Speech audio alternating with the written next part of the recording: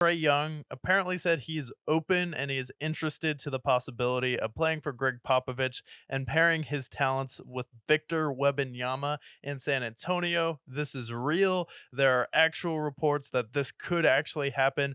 The Hawks are currently the 10th or 11th seed when we're recording this podcast right now, so they're basically in that play-in tournament bubble. You had a good run where you made it, and then you beat the Philadelphia 76ers with Ben Simmons and got swept by the Milwaukee Bucks there.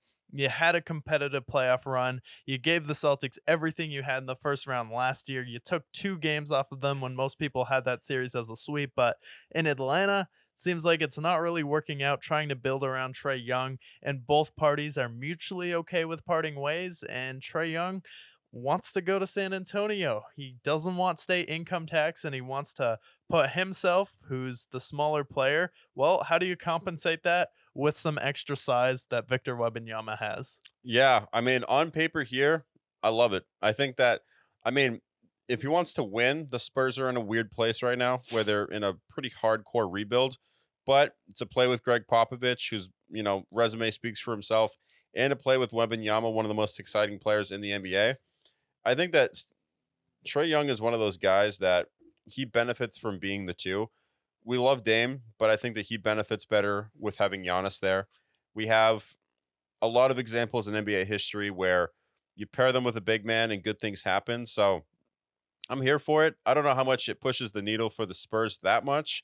I think that, Trey Young's proven to be clutch in the playoffs and how what he can do, but the roster around them is not great. So there's definitely some moves to be made, but I would this would be exciting for the NBA to see him in San Antonio. Yeah, I think it'd be really exciting. You have a guy who can pass. You have someone who's hit some pretty iconic clutch shots already, pretty much single handedly took down the Philadelphia 76ers. So he's proven with the Atlanta Hawks being undermanned that he could beat Philadelphia, who had Joel Embiid at that time. They still had Tobias Harris there. Ben Simmons was at least in the building. He was in the process. He was a part of the Philadelphia 76ers, whether or knew he was playing on the court or not.